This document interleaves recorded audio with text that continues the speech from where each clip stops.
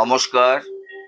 আমি মন্ত্রের যন্ত্র থেকে জ্যোতিষতন্ত্র পি কুমার বলছি রুদ্রাক্ষ সম্বন্ধে।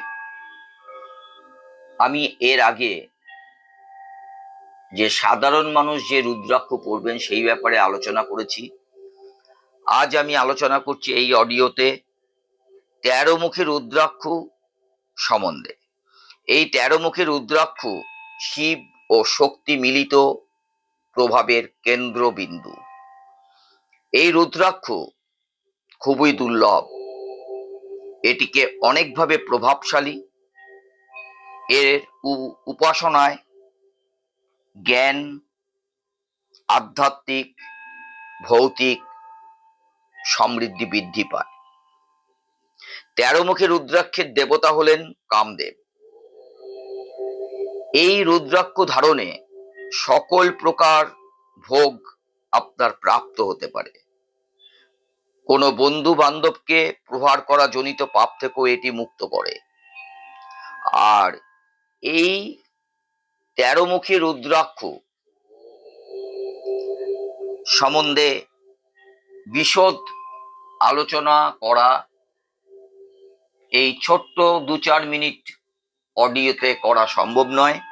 তবুও আমি যতটা পারছি ১৩ মুখী রুদ্রাক্ষ সম্বন্ধে আপনাদের জানাবার চেষ্টা করছি। আর আমার এই শিক্ষামূলক যে মন্ত্রের যন্ত্র, এই চ্যানেলটা যদি আপনারা সাবস্ক্রাইব করেন এবং শেয়ার করেন, লাইক করেন, তাহলে অনেকের হাতেই কিন্তু এই অসাধারণ, যারা জানেন না তারা কিন্তু জানতে পারবেন। তাই আমি বলছি ১৩ মুখী রুদ্রাক্ষ সম্বন্ধে।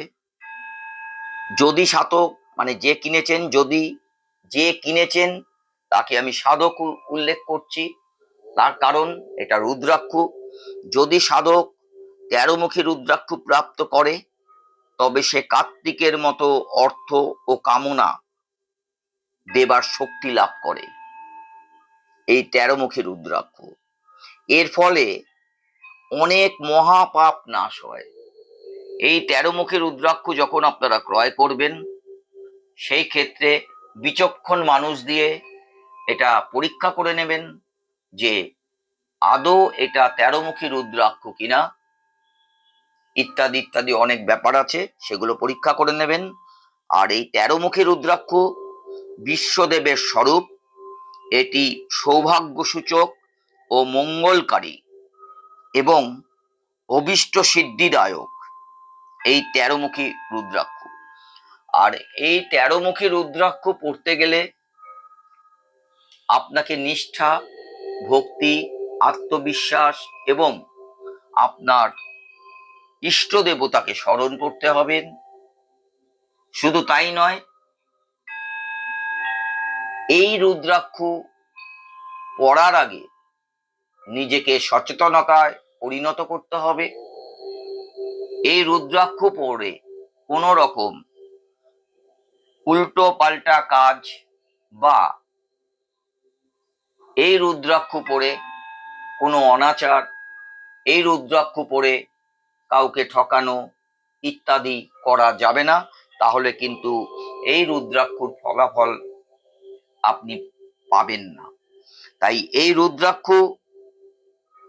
সম্পূর্ণ ফল পেতে গেলে আপনাকে আধ্যাত্মিক চেতনায় নিজেকে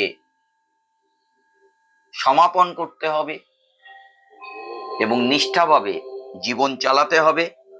তাই এই রুদ্রাক্ষ যখন পড়বেন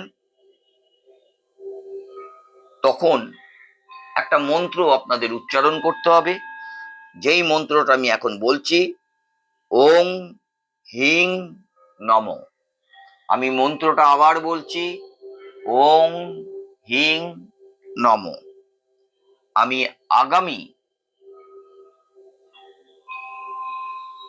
যে অডিওতে আমি আসব, পরবর্তী হচ্ছে ১৪ মুখী রুদ্রাক্ষ নিয়ে। নমস্কার।